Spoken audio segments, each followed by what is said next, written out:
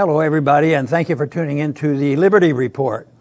With me today is Daniel McAdams, our co-host. Daniel, nice to have you here today. How are you this morning, Dr. Paul? I'm doing fine, and good.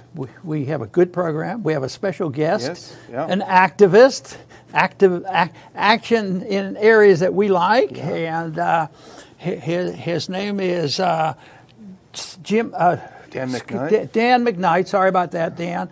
Dan McKnight. But the reason is that he sort of likes what we're doing, or we're at least, corresponding, because he has a group that he started about a year ago, and he's military. He's an ex-military person, and he has people joining this, and the group is called Bring Our Troops Home. Yeah. That caught Sounds our good. attention. Yeah. Dan, welcome to the Liberty Report. Thank you, Dr. Paul. It's nice to be here. Well, good.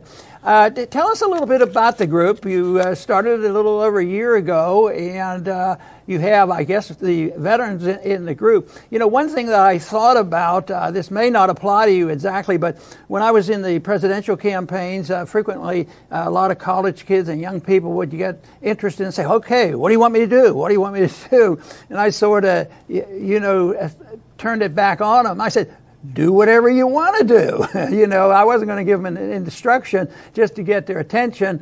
And it looks to me like you've done something, and that's why we have you on this program, by bringing the troops home. You've had military experience. So tell a little bit about how you'd made this decision to bring this group about. Sure. When I was in Afghanistan in 2005, our lieutenant governor was promoted to governor in the middle of our deployment, and that was Jim Risch. He now serves as the chairman of the Senate Committee on Foreign Relations. Very powerful man, probably the second most powerful foreign policy person in the country after the president.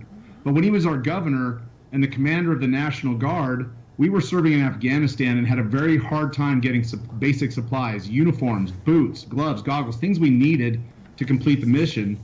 And out of frustration, I grabbed a satellite phone, and deep in the Pesh River Valley in northeastern Afghanistan, I climbed to the top of the hill, and I called a friend back home who put me in contact with then Governor Risch. And I said, Governor, this is Sergeant McKnight, and I'm calling you from Afghanistan. I hope I have your attention.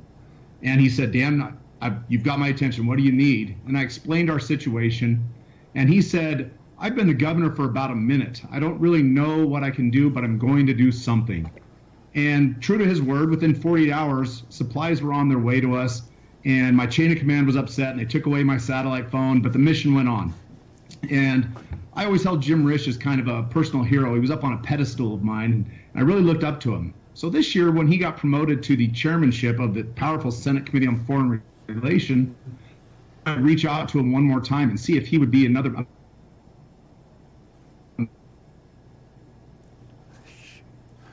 Looks like we're lost our connection a little bit. Maybe it's coming. Okay, Dan, do you hear us? Maybe we'll recall him while we're getting ready. It's an interesting there's story. every reason. Just when we really got interested in this story, we said we need to get him back on there and get this connection back, because he's had the experience, the military experience, and he's already taught me something more about Risch. And that he was an effective leader for a day or so, but now as a political leader, he's not panning out. Yeah. Dan, are you back with us? I'm here. Okay, good. It's the fun of a live show. So you were on your phone, and now he's the Foreign Relations Committee chairman. Go ahead, please. Correct. So when he became the chairman of the Senate Committee on Foreign Relations, I thought I'd reach out and try old Jim Risch one more time. And I wrote a guest opinion and submitted it to a local newspaper asking Senator Risch to support President Trump's efforts and campaign promises to find a way to end the war in Afghanistan and bring our troops home. And we submitted that guest opinion, and 9 newspapers around the state of Idaho ran it. And the next month, I got to see Jim Risch at a Chamber of Commerce event, and I publicly asked him if he had read the piece and what he would do to support it. And he said, Dan, I remember you. I remember our phone call. I've read your piece, and I agree with you. We're done with nation building. I'm through with it. And he made a very powerful policy statement in Boise, Idaho, and then got on a plane and flew back to Washington, D.C., and voted 3 times over the next 90 days to do exactly the opposite, basically to extend the United States presence in Afghanistan, Yemen, and Syria indefinitely. And so that's when we started Bring Our Troops Home. I thought it's time for veterans to come together and hold our elected leaders accountable and responsible for the words that they say at home and make sure that they act the same way when they're in D.C. Okay, let me follow up on this, and then Daniel will have a question for you. Just recently, the Idaho Republican Convention passed some resolutions that you had something to do with, and it was interesting that the senator was there, and actually the two of you were campaigning against each other. And it's always fascinating because we're pretty sarcastic when we think we can do much politically, but I would say you had a political success there. Tell us about that resolution that you got passed at the Idaho Convention. Sure. We wrote 3 resolutions. 2 of them got accepted by one of the local counties here in Idaho, Benoit County in northern Idaho, a strong Ron Paul area. And the resolution 1 was to support President Trump's efforts as a party and support his campaign promise to end the wars in Afghanistan and bring our troops home. The other one was asking Senator Risch to, as the chairman of the Senate Committee on Foreign Relations, to hold public hearings and ferret out the truth what happened in the recently released Afghanistan papers. And we thought that would be an easy one to get passed. And sure enough,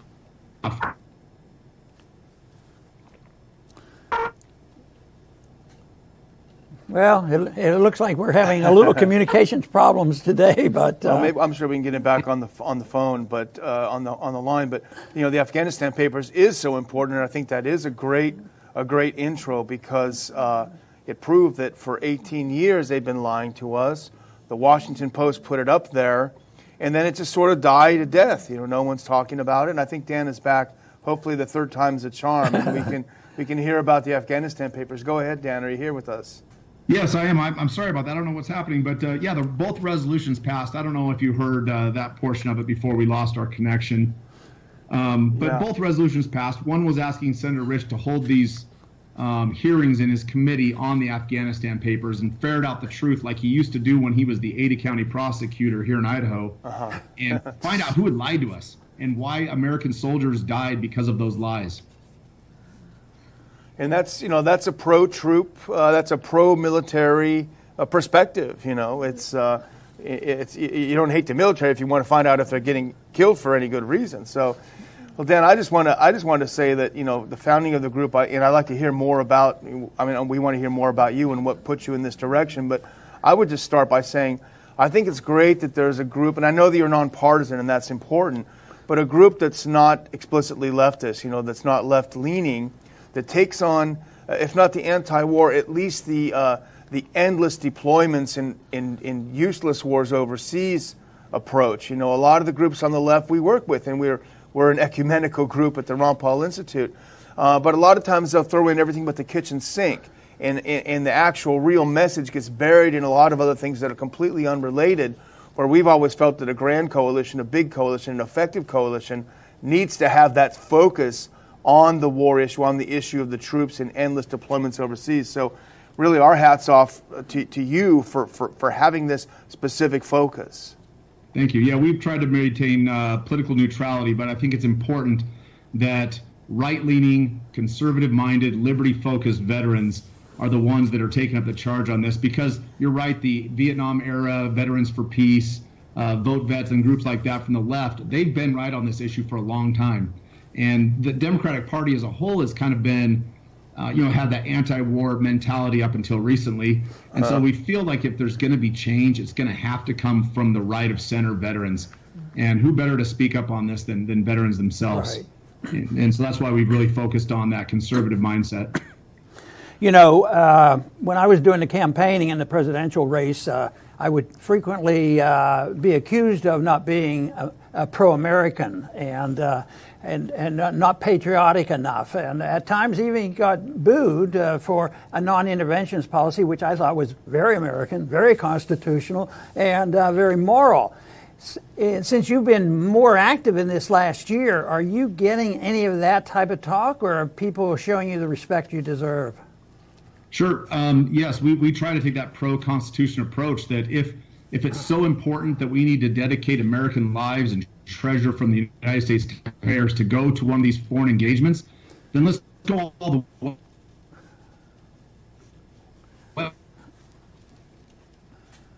Sounds like the deep state is Yeah, interfering with our I'll show tell you today, what, Dr. that Paul. CIA, we have to watch them, Well, maybe we'll So, try a fourth time to see if we can bring him on. If not, one more time. might have to close. But I think it's interesting, and I'll ask him when he comes back, when he finishes answering your question, is how did he make that journey from, hey, we don't have enough supplies, to, hey, we need to come home, And I think you're back. Go ahead, Dan. See if you can pick up, Dan.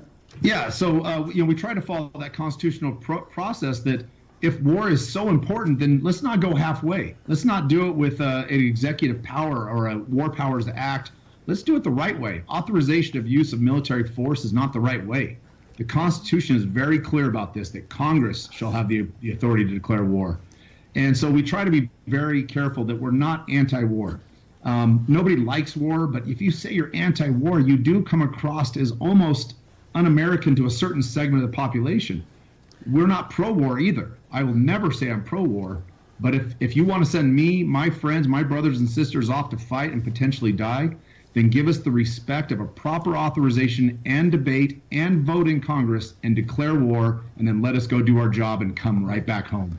Did you get any attention this past week after the Iraqis passed a resolution that said we should leave? And of course, we were very happy with the suggestion because that's what we've argued. Did you get any attention after the Iraqi legislature took that vote? Absolutely. The Iraqi legislature handed President Trump and the American people a gift on a platter. Yeah. We went there to defeat al-Qaeda and to remove Saddam Hussein and to plant the seeds of democracy, as some will argue. Well, we did that, and they exercised that democracy, and they voted in their parliament to have us leave. We should have thanked them, packed up the circus tent, and come home. And I still think President Trump has that ability to do that. Yeah, and I think, that we talk about this a lot on the show and we're often disappointed, but we do still think that Trump has some good instincts in this area, which is unfortunate, and I'm not the first person that said this, but, if Trump had in his hand the evidence that Soleimani was about to attack us, he should have gone to Congress. He should have said, Pelosi, I need to have a joint, session of Congress. He should have he should have shown the evidence, put it all out there, and said, I want to declare war on Iran. They are declared de facto war on us. I want a declaration. If that was the case, he would have gotten it. Instead, he's been fed a line of BS from the people around him, and none other than the senator from Kentucky, who we have a great affection for, said you'd have to be brain dead to believe Pompeo with this evidence. They can get away with this, hey, we got it, but we can't show you stuff. But we need to send a few thousand troops over there. The troops don't know why they're there. What's going to happen with them? Are they being basically held hostage there to strike? So I think that's the strongest evidence for a real declaration. Here's what we've got, and we need to go to war. Right. I think President Trump would win in 2020 in a landslide if he would return to that constitutional principle and simply go show his evidence and get a proper Okay. I think Daniel and Dan, under the circumstances, I think we're going to give short closing statements here, and hopefully we can get back with you on another day and figure out what's happening to our connections.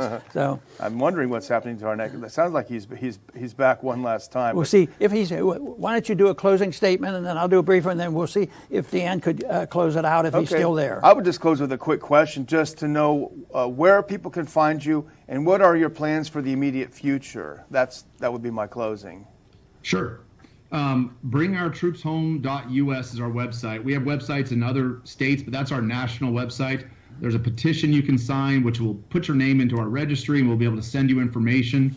Our next big event is actually in 22 states. It's not an event, but we've written legislation. You may have heard of it. It's called Defend the Guard. It's a opportunity for states to reclaim their 10th Amendment right, and we're asking the states to pass this legislation that would tell the governors of the states that the National Guard has a fourfold mission, and one of those missions is not to fight overseas wars. And if the military wants the state National Guard to go fight overseas, they will do that only if there's a proper declaration from Congress. And absent a declaration of war, the National Guard stays home and does their mission stateside, which is the way they were created. And so that's our next big push. We've got 20 states that are proposed pushing that legislation right now, and it was started in West Virginia by State Delegate Pat McGeehan. It's in Wyoming and in Liz Cheney's backyard by the Majority Whip, Tyler Lindholm, and it's being done here in Idaho by Lieutenant Governor Janice McGeehan and Representative Tammy Nichols. And we're excited that this is taking root, and that's a way for citizens at the local level, the closest level of engagement, to really have an effect. That's great. Very, very good, Dan. And we want to thank you very much for being on the show today. And I want to just talk to our viewers for a second or two here to really emphasize how important this is. But it's the deception that bothers me the most. And you can call them lies, you can call them anything, but it's pure deception, it's lies and deceit. And we give our president a pass the best we can. But this whole idea that we're supposed to believe that all this episode and the assassination was intended to prevent a war and has nothing to do with starting a war, that loses credibility. So that's what we try to do on our program here, is be as credible as we can and sort it out. That's why we're so happy, Dan, that you've been able to come on the program. And I want to thank our viewers for tuning in today. And please come back to our Liberty Report soon.